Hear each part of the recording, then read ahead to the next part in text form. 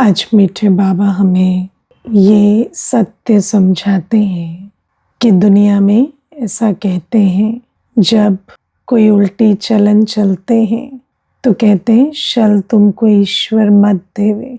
लेकिन दुनिया में कोई ऐसा जानते नहीं कि बाबा आकर स्वयं श्रीमत देते हैं। प्रैक्टिकल में बाबा आकर मत देते हैं।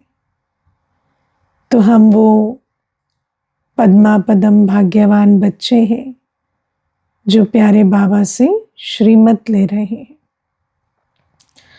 और श्रीमत पर चलने से हम कैसे बन जाते बाप समान।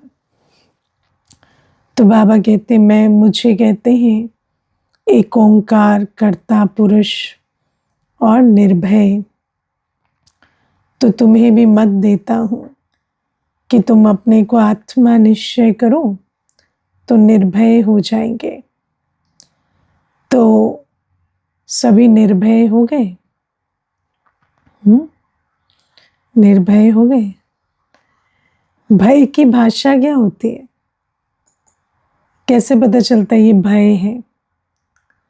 भय की भाषा क्या होती है? सोच में, बोल में क्या भाषा होती है भय की? बताओ। ये ना हो जाए, ये ना हो जाए। हाँ, ये ना हो जाए, वो ना हो जाए, क्या होगा, है ना? ये भाषा भय की भाषा होती है। तो अगर किसी भी बात के लिए क्या होगा चलता है तो भय के शब्द है। अब बाबा ने हमें नियम समझाया है कि भय का कारण क्या होता है? देह अभिमान में किए गए और विकारों के वश किए गए कर्म। तो जब आत्मा विकर्म करती है, पाप कर्म करती है, तो आत्मा के अंदर भय आता है ना? तो बाबा हमें समझाते हैं कि जो पाप कर्म करने से भय आया, उस भय से उपराम होने के लिए अब श्रीमत पर चलो। जितना श्रीमत पर चलेंगे तो श्रीमत अर्थात श्रेष्ठ कर्म करने की मत। तो जब श्रेष्ठ कर्म करेंगे तो भय मुक्त हो जाएंगे। अंदर ये बात नहीं आएगी कि क्या होगा, है ना? बाबा कई बार ये बच्चों के विषय में कहते हैं कि बच्चे कई बार प्रश्न पूछते हैं, बाबा कल क्या होगा, विनाश के समय हम कहाँ रहेंगे, कैसे रहेंगे? तो बाबा कहते हैं जिस आत्मा को धारणा हो जाती है कि हम जहाँ भी रहेंगे बाबा के पास रहेंगे, साथ रहेंगे, उसको फिर भय का अनुभव नहीं होता। तो श्रेष्ठ कर्म अर्थात श्रीमत पर चलना।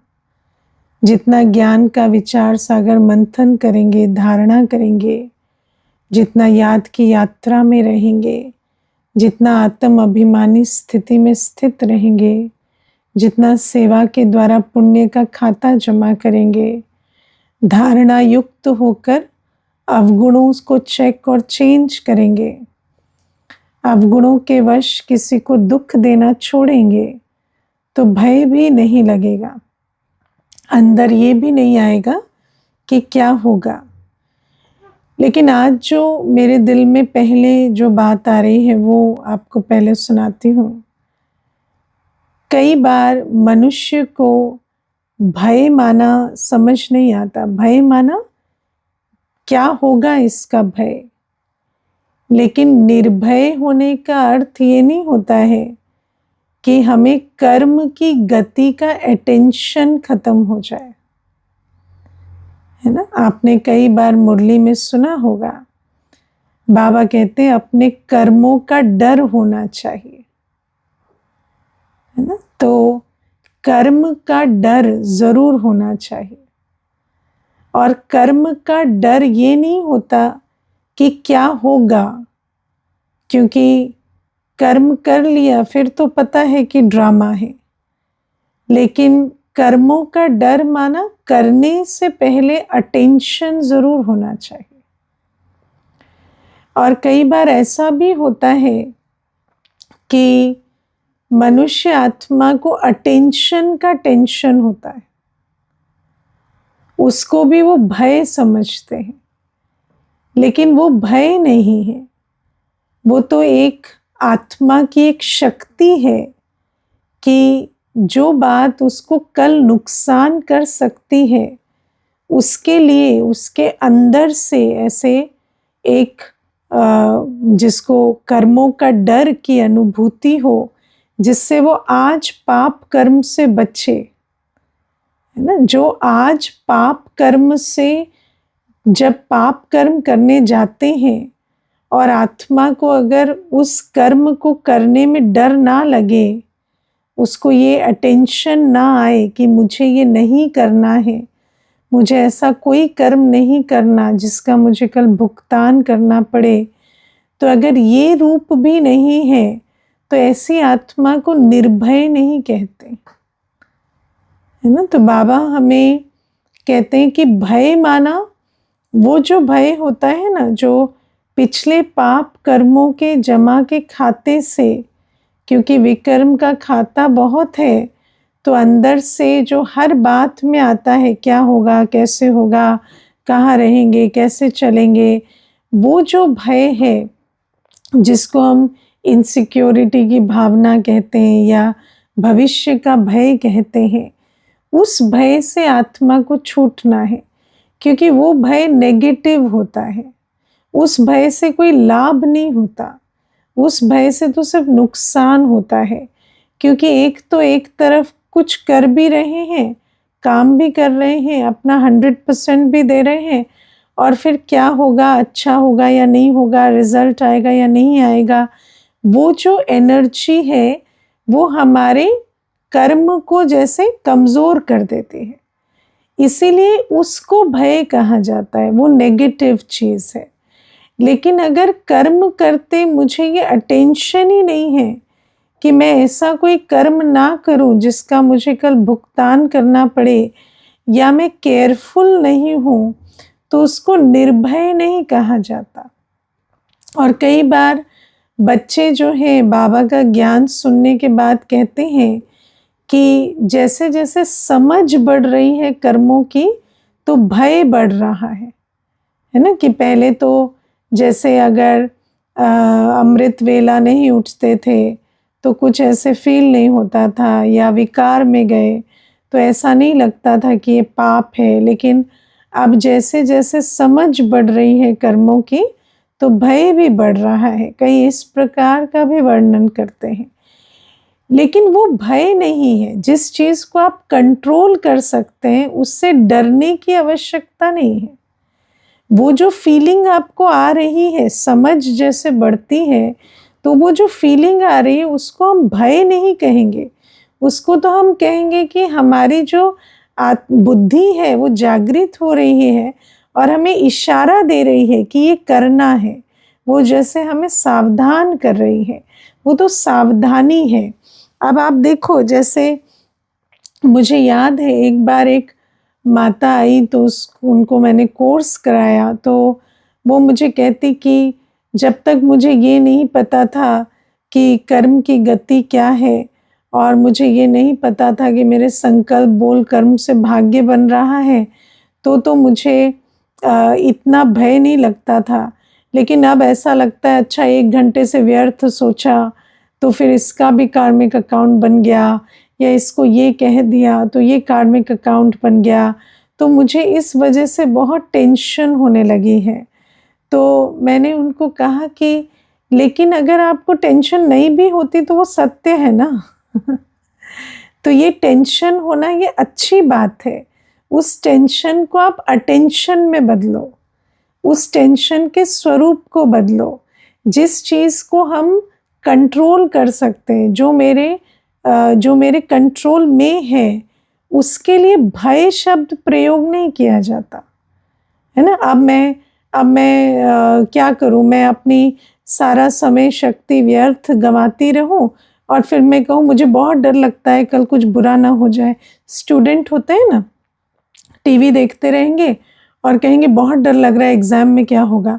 अरे एग्जाम में क्या होगा, तुम्हें इतना डर लग रहा है तो पढ़ क्यों नहीं रहे हो, है ना। तो ये जो अटेंशन की कमी का टेंशन लेना, क्योंकि हम अटेंशन नहीं देना चाहते तो हम टेंशन लेते रहें, इसको कोई भय नहीं कहा जाता। ये समझ तो हर एक को चाहिए। इस चीज से भागने से कोई ऐसा नहीं है कि हमारा कोई कल्याण होगा। तो इसीलिए अज्ञान को निर्भयता का टूल नहीं बनाना है ना। अगर मान लीजिए कोई व्यक्ति कहता है मुझे देश का लॉ समझने से टेंशन होती है, तो मैं जो करता हूँ करता रहूँ और मैं देश का लॉ ना समझूं, तो आज वो नहीं समझेगा, अटेंशन नहीं रखेगा, तो कल उसी कानून के तहत उसको पनिशमेंट मिलेगी। तो तब क्या होगा? तो बाबा कहते हैं अज्ञान निर्भयता नहीं है ना। कई बार हम इसलिए नहीं डरते क्योंकि हमें पता नहीं है कि इससे क्या होगा, लेकिन पता ना होने से भी जो होगा वो तो होगा ना। तो अज्ञान निर्भयता का साधन नहीं है। बाबा हमें कहते हैं सब कुछ जानना बहुत आवश्यक है, हर कर्म की गति को जानना पड़े और अटेंशन भी देना पड़े। और जिसको अपने कर्मों पर अटेंशन नहीं, जिसको पाप कर्मों का डर नहीं, वो आत्मा तो ऐसे अज्ञानवश पाप का खाता बनाती रहेगी और कहेगी हम तो निश्चिंत हैं, हम तो निर्भय हैं। नहीं, हम निश्चिंत या निर्भय नहीं। आपने देखा है ना, कई ऐसे होते हैं थोड़े राउडी नेचर के होते हैं, तो कहेंगे चलो ये करते हैं, क्या डरते हो तुम, है ना, तुम्हें डरना नहीं चाहिए। लेकिन वो कोई ऐसा नहीं है कि वो निर्भयता है, वो तो बेसमझी है ना। अगर आप ऐसे उल्टे कर्म करेंगे और कल उसका कोई फल आएगा, तो उस समय पर आपकी निर्भयता काम नहीं आएगी, उस समय पर तो आपको उसको भुगतान ही करना पड़ेगा।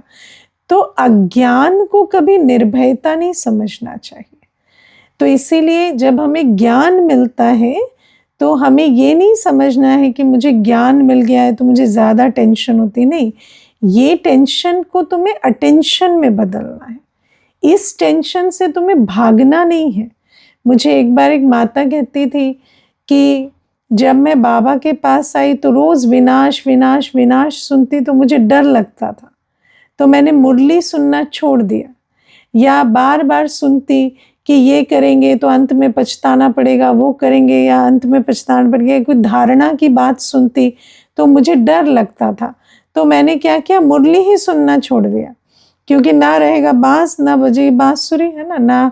ना मुरली सुनेंगे, ना टेंशन होगी, ना डर लगेगा। तो मैंने कहा तो क्या हो गया, तो क्या कर्म की गति से छूट जाएंगे क्या?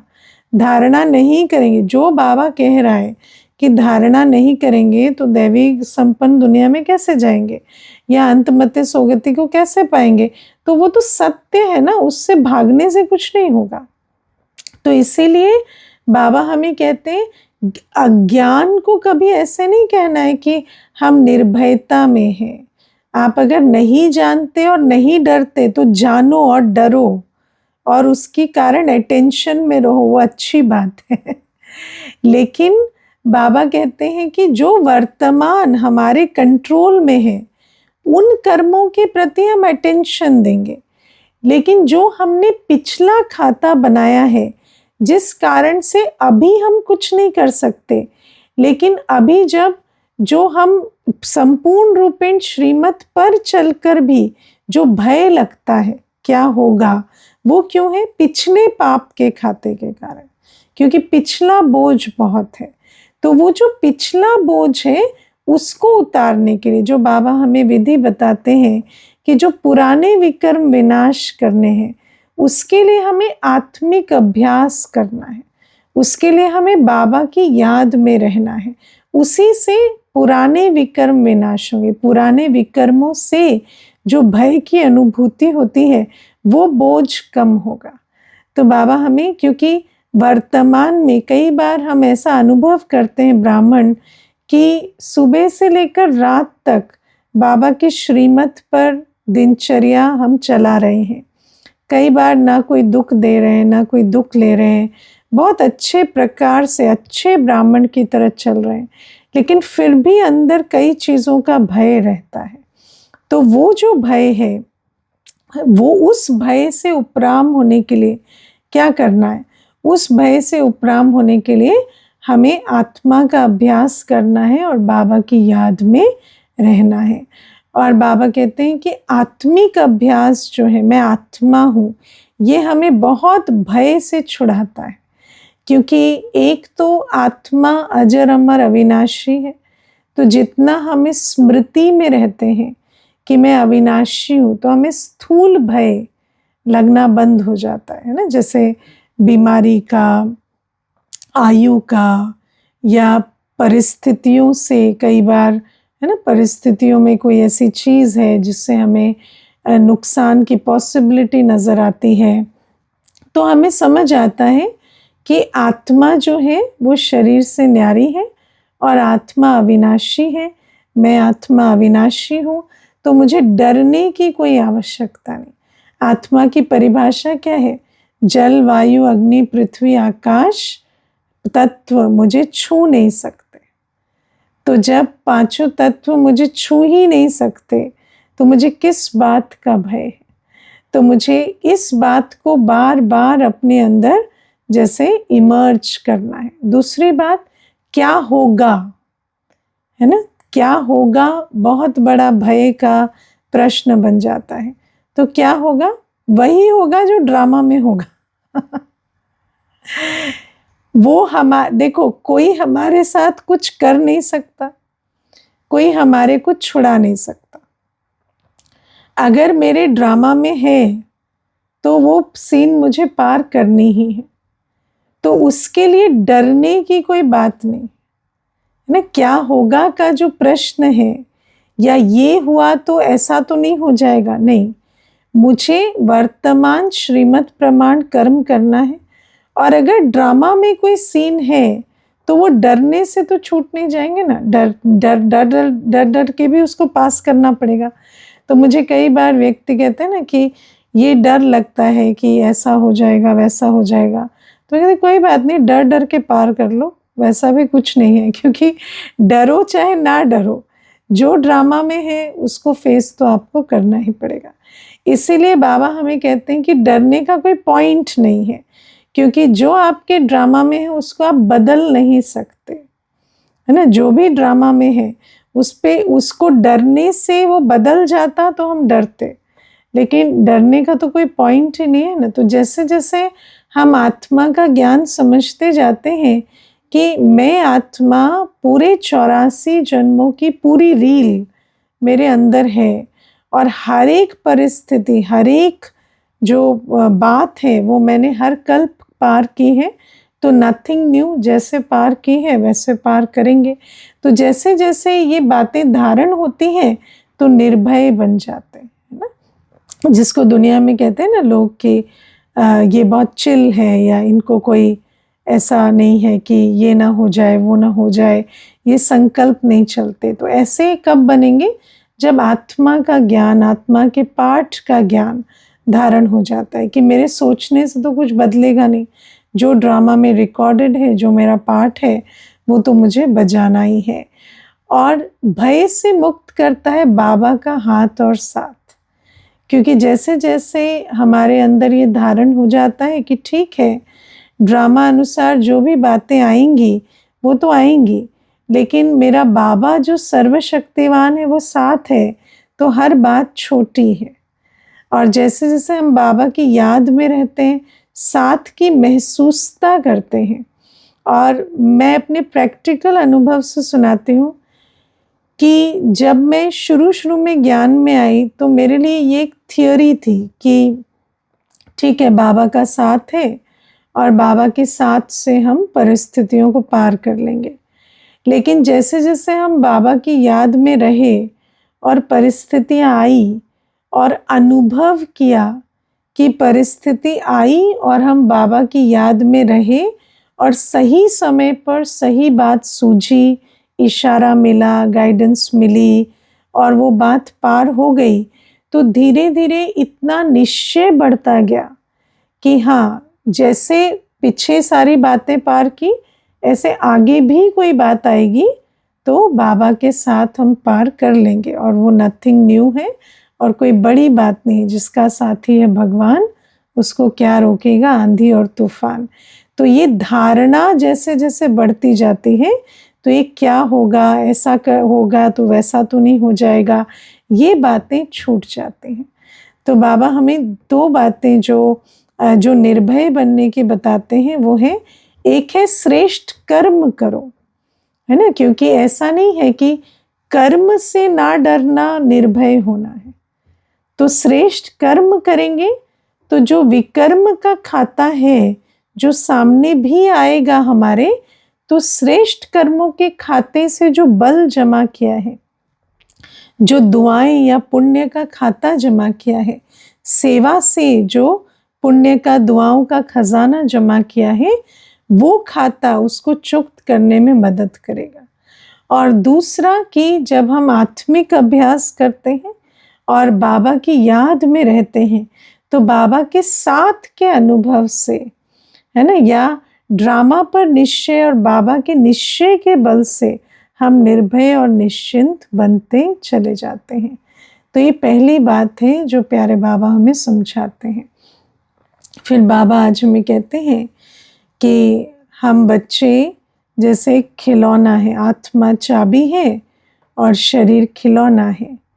और आज सुबह की क्लास में एक माता बहुत अच्छी बात कह रही थी कि आज वो गीत याद आ रहा था कि जितनी चाबी भरी राम ने उतना चले खिलौना। तो आप देखो कि आज बाबा सचमुच कहते, वैसे तो हम ये गीत सुनते थे, लेकिन कभी ऐसे मन में नहीं आता था कि बाबा आकर चाबी भरते होंगे। लेकिन बाबा आज हमें कहते हैं कि सचमुच 5000 वर्ष के लिए चाबी बाबा आकर भरते हैं, है ना? पूरे 5000 वर्ष जो ये खिलौना चलेगा, उसके लिए चाबी आत्मा में अभी भरी जाती है। और बाबा हमें कहते हैं पिछले कल्प भी चाबी भरी थी, तो बैटरी चार्ज हुई थी, तो अभी तक खिलौना चल रहा था।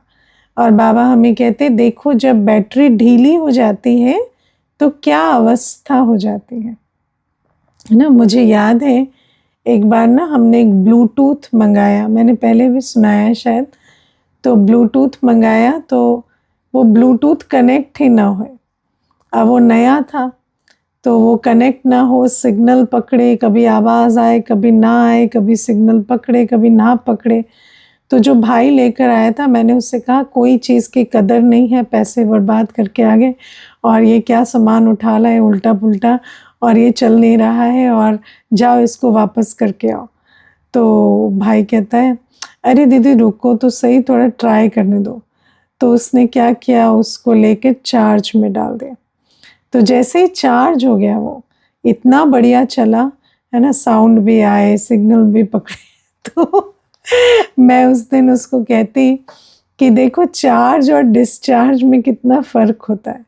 चार्ज है तो सब चीज़ ठीक चलती है, डिस्चार्ज है तो कुछ भी ठीक नहीं चलता, है ना? तो बाबा हमें कहते हैं कि आत्मा में भी चार्ज भरता है तो आत्मा क्या करती है, श्रीमत पर चलते हैं, है ना?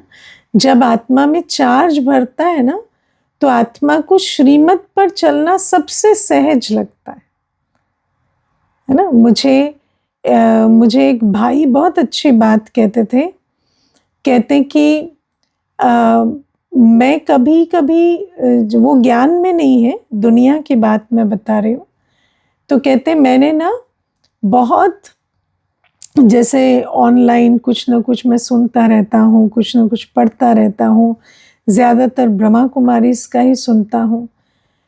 तो कहते मुझे पता नहीं, जैसे जैसे मैं पढ़ता सुनता चला गया, मुझे एक अंदर से एक उत्कंठा हुई कि मैं सुबह जल्दी उठूं, है ना? कहते कि मैं प्राइवेट सेक्टर में जॉब करता हूँ, बड़ी रिस्पॉन्सिबल पोजीशन में जॉब करता हूँ। मुझे सुबह 8 बजे निकलना होता है। कभी कभी मैं जब वापस आता हूँ तो मुझे 10 भी बज जाते हैं रात के, और मेरे पास ज़्यादातर समय नहीं होता है किसी चीज़ के लिए। लेकिन पता नहीं जैसे जैसे मैं कहता मुझे कोई योग समझ में नहीं आता, मुझे अभी कुछ भी समझ में नहीं आता, लेकिन सिर्फ क्लासेस सुनने से मुझे ऐसे हो गया कि मुझे सुबह उठना है। और वो जब सेंटर पर आए तो मुझे कहते, दीदी अगर हम 6 बजे, पौने 6 बजे क्लास कर सकें ना मॉर्निंग में तो बहुत अच्छा होगा। तो मैंने कहा आप उठ पाएंगे? तो कहते नहीं, मैं उठूंगा, मैं उठना चाहता हूँ। और सचमुच बिल्कुल नियमित तरीके से वो पौने 6 बजे, 5:30 बजे सेशन के लिए सुबह आते। तो मैं उस समय पर विचार करती थी कि सचमुच देखो ये भाई जो है इसको क्या आवश्यकता है, कोई ऐसी बात नहीं है। लेकिन जैसे जैसे बुद्धि का ताला खुलता है, आत्मा में चार्ज बढ़ता है, आत्मा में चार्ज बढ़ता है ज्ञान और योग से। जैसे जैसे आत्मा में ज्ञान और योग जाएगा अंदर, तो आत्मा को श्रीमत पर चलने का उमंग आएगा। उसको ऐसे आएगा, भले ही उसको अपने संस्कारों से युद्ध करनी पड़ेगी, लेकिन उसको अंदर बुद्धि ऐसे परिपक्व हो जाती है कि उसको अंदर आता है कि नहीं, मुझे श्रीमत पर चलना है, अमृत वेले उठना है, मुझे डिसिप्लिन्ड होना है, मुझे भोजन को शुद्ध करना है, मुझे इंद्रियों को साधना है, मुझे व्यर्थ विस्तार से दूर जाना है। तो बाबा कहते देखो, एक डिस्चार्ज आत्मा में और एक आत्मा जिसको बल भरता है, उसमें कितना अंतर होता जाता है। सतो प्रधान होंगे, अब देवता जब होंगे तो कोई हमें ऐसे थोड़ी कहेगा सुबह उठो, अलार्म लगाओ, है ना, या शुद्ध भोजन खाओ, या ऐसा, वहाँ कोई ऐसी उत्कंठा ही नहीं होगी। बुद्धि व्यर्थ विस्तार विकार की तरफ जाएगी ही नहीं। क्यों? क्योंकि आत्मा सतो प्रधान है। तो बाबा कहते आत्मा सतो प्रधान होती है तो बुद्धि को जैसे श्रीमत पर चलने की इच्छा होती है, और बुद्धि का योग बाबा से लगता है। आज जैसे आत्मा तमो प्रधान है तो बुद्धि को क्या होता है, बुद्धि भटकती है, योग लगाने की मेहनत करनी पड़ती है। लेकिन जैसे जैसे आत्मा सतो प्रधान होती है तो उसकी निशानियां क्या है, श्रीमत पर चलना नेचुरल लगता है ना। आज हमें कोई पूछे आप लोग 5 बजे क्यों नहीं उठते, 6 बजे क्यों नहीं उठते, 7 बजे क्यों नहीं उठते, तो हम कहेंगे नहीं, हमें यही अच्छा लगता है। हम ये नहीं कहेंगे ये ब्रह्म मुहूर्त है या इसमें योग करने से बेनिफिट होता है। पहले पहले हमें ऐसा लगता था, जब हम ज्ञान में आए तो हमें पॉइंट्स याद करनी पड़ती थी। अच्छा, अमृत वेले का महत्व क्या है, किताब ले लेकर बैठते थे, अमृत वेला है ना और अमृत वेला जो किताब है उससे पढ़ते थे, फिर उस बात को उगारते थे तो बल भरता था, तो अमृत वेला नियमित होता था। लेकिन अब ऐसा लगता है कि अमृत वेला नहीं तो और कब उठे, यही तो समय है उठने का। इसमें कोई अब लॉजिक नहीं चाहिए, है ना। बाबा को याद ना करें तो किसे याद करें, और तो कोई है ही नहीं ना याद करने योग्य तो अब याद करने में मेहनत नहीं होती। पहले जैसे याद देहधारी आते थे और याद करना बाबा को होता था। जैसे जैसे चार्ज बढ़ता जाता है तो याद आती ही बाबा की है ना। अभी जैसे हमें कोई कहते हैं कि आप लोग विचार सागर मंथन करने की मेहनत करते हो, हम नहीं, हम कोई मेहनत नहीं करते हमें यही आता है। अब हमारी बुद्धि में यही चलता है, आज बाबा ने क्या वरदान दिया, आज बाबा ने क्या कहा, और क्या चलाएं। अब संकल्प तो कुछ चलेंगे ना, तो संकल्प और कुछ चलते ही नहीं। कोई भी और संकल्प आता है तो पता चलता है ये क्यों सोच रहे हैं, तो व्यर्थ है, इसका सोच सोच के भी क्या करेंगे, सोच सोच के भी बात वहीं की वहीं रहेगी। तो बाबा हमें ये बात समझाते हैं कि जैसे जैसे आत्मा में चार्ज भरेगा तो आत्मा को श्रीमत नॉर्मल लगेगी। आत्मा को श्रीमत ऐसे नहीं लगेगी कि ये कोई वंडरफुल बात है, पवित्र रहना, योगी बनना, ये कोई दूसरी बात है जो हम करें, नहीं, ऐसा लगेगा यही मेरी नेचर है, और योग ही उसको सहज लगेगा। और जो तमो प्रधान आत्मा होती है उसको श्रीमत पर चलना, योग करना कितना मेहनत की चीज़ लगती है ना। आप देखो दुनिया में भी कितना परिवर्तन आ गया, जैसे जैसे समय आगे बढ़ रहा है। तो पहले क्या था, डिसिप्लिन्ड होना, रोज़ ऑफिस जाना, ये कोई मेहनत की चीज़ नहीं लगती थी। आज तो व्यक्ति को रोज़ काम पे जाना, मैंने कभी भी मैं आजकल ये बात सोचती हूँ कई बार, आजकल इतनी बात होती है कि माताएं रोज़ भोजन बनाती हैं, 3 टाइम भोजन बनाती है, लेकिन मैंने कभी ये बात 20 वर्ष पहले नहीं सुनी, है ना। माताओं को कभी भोजन बनाने में तकलीफ नहीं होती थी। उनको ऐसा लगता था कि हाँ, हम भोजन बना रहे हैं, अपने परिवार के लिए बना रहे हैं, खुशी से बनाते थे। हाँ, मेरी लौकिक माता जी तो कभी भोजन बन गया, सब हो गया, उसके बाद भी लेकर डब्बे खोलती रहती, उसको सामान निकाले, साफ करे, पोछे, फिर डाले। तो हम कभी-कभी उनको कहते थे कि आप क्या इनके डब्बों के पीछे पड़ी रहती हो, रोज़ इसको चमकाती रहती हो, आप छोड़ो ना इसको। तो कहती तो क्या करें, यही टाइम पास है। तो उनको ऐसे टाइम पास लगता था, है ना। आजकल क्या हो गया, आजकल हर चीज़ बोझ हो गई। और मौज क्या है, मौज है बैठ के फ़ोन देखना, है ना, मौज है बैठकर, है ना, टीवी देखना, ये हो गई मौज। मौज है घूमने फिरने जाना, खर्चा करना, ये मौज हो गई। तो जैसे-जैसे तमोप्रधान आत्मा बनती है, तो उसकी बुद्धि कैसे हो जाती है। आज मनुष्य को घर का भोजन खाने में तकलीफ होती है और बाहर का भोजन जो गंदा, मैला, अशुद्ध, उसको वो बड़े चटखारे लेकर खाता है। तो बाबा हमें कहते हैं ये सब तमोप्रधानता की निशानी है ना। आज मनुष्य सुबह उठता है तो उसको लगता है कि मुझे नींद आ रही है, और देर से उठता है तो उसे वैसा लगता है। लेकिन जैसे सतोप्रधान आत्मा बनती है तो उसको सुबह ही उठ के आराम आता है। बाकी अगर थोड़ी भी लेट हो जाए तो उसको ऐसा लगता है नहीं, आज ठीक नहीं हुआ, दिल खाती है ना। तो बाबा हमें कहते हैं कितना फर्क पड़ जाता है बैटरी के चार्ज होने से और डिस्चार्ज होने से। और जितना ज्ञान योग का बल भरता है उतना बैटरी चार्ज होती है। फिर प्यारे बाबा आज हमें कहते हैं अगर ऊंच पद पाना है, आपको ऊंच पद पाना है कि साधारण पद पाना है, क्या पाना है, ऊंच पाना है। किस किस को ऊंच पद पाना है, हाँ, ऊंच पद पाना है। क्योंकि बाबा कहते हैं देखो, पद तो कलयुग में भी होते हैं, पद तो सतयुग में भी होते हैं। वो सुख धाम है, ये दुख धाम है, लेकिन पद का अंतर तो पड़ता है। आज आप देखो, चाहे कोई प्रधानमंत्री हो, चाहे कोई चीफ मिनिस्टर हो, चाहे कोई बड़ा बिजनेसमैन धनाढ्य हो, सभी क्या है, दुखी तो है ही ना। रोग शोक बीमारी कष्ट आयु किसको तंग नहीं करते, सबको करते हैं। लेकिन उसके बाद भी तो मनुष्य ये कहता है ना कि धनाढ्य होने का एम होना चाहिए, पद पोजीशन का एम होना चाहिए। ऐसा तो नहीं कहेंगे ना गरीब और अमीर बराबर है, या गरीब जो है और नीचे पद वाला ऊंचे पद वाला बराबर है, तो नहीं कहेंगे ना। क्योंकि चाहे दुख धाम है, दुखी दोनों हैं, लेकिन फिर भी नंबरवार तो कहेंगे। तो बाबा कहते अब सोचो सुख धाम में पद पाना क्या होता है ना। दुख धाम में तो पद भी पाया तो भी दुख से नहीं छूटेंगे, लेकिन सुख धाम में पद पाना माना सुख धाम और फिर ऊंचा पद, कितनी बड़ी चीज है। तो बाबा कहते उसके लिए क्या करना है, सर्विसेबल बनना है ना। बाबा को सर्विसेबल बच्चे अच्छे लगते हैं। बाबा के दिल तख्त पर कौन चढ़ते हैं, जो सर्विसेबल है।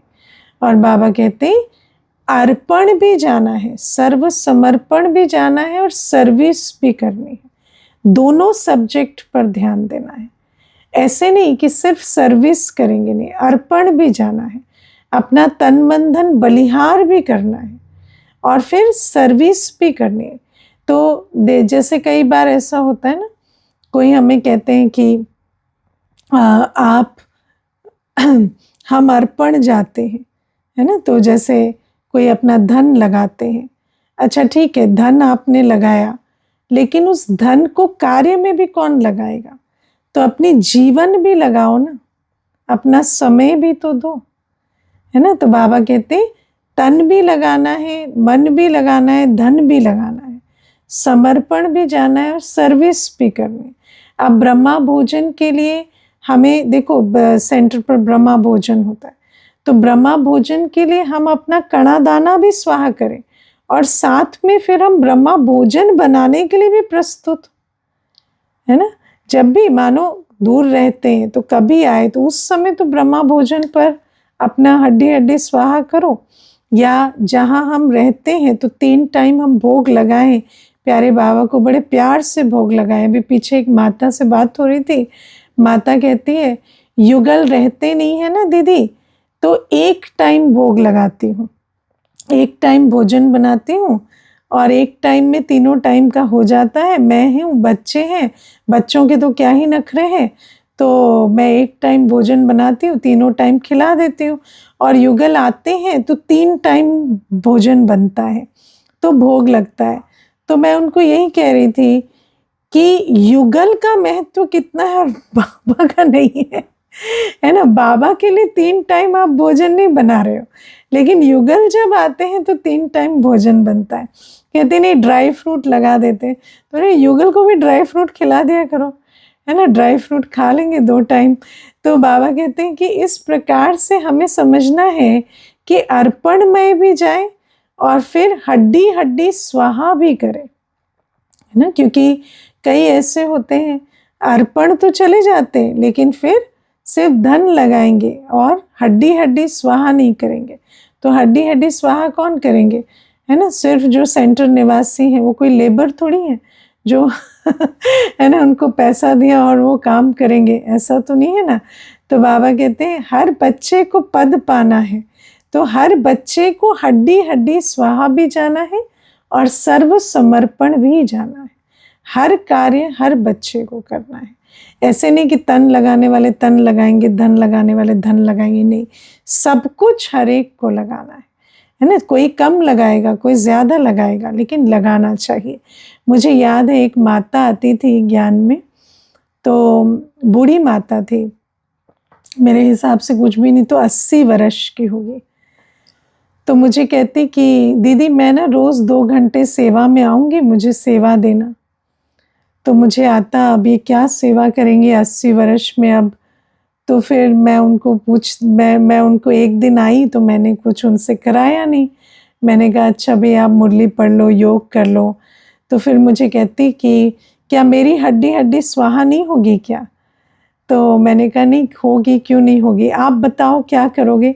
तो कहती मैं धनिया छाँट लेती हूँ, पालक छाँट लेती हूँ, चावल चुन लेती हूँ, सब्ज़ी काट लेती हूँ, इतना तो मैं बैठे-बैठे कर सकती हूँ।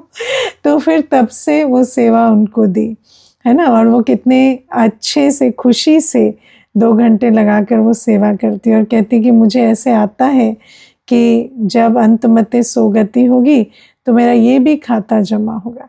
कहती बाकी तो हम सोचते ही हैं कि बाबा के यज्ञ में सब कुछ सफल हो, लेकिन साथ में ये भी आता है कि श्वासोश्वास भी मेरा सफल हो। तो प्यारे बाबा हमें कहते हैं कि चाहे हम, है ना, जैसे गृहस्थ व्यवहार में भी रहते हैं, तो हम ये समझें कि हम बाबा की याद में स्वयं भोजन बनाएँ, बाबा को भोग लगाएँ, बाबा के स्थान को ऐसा साफ स्वच्छ रखें कि कोई भी आए तो परिचय लेकर बाबा का जाए।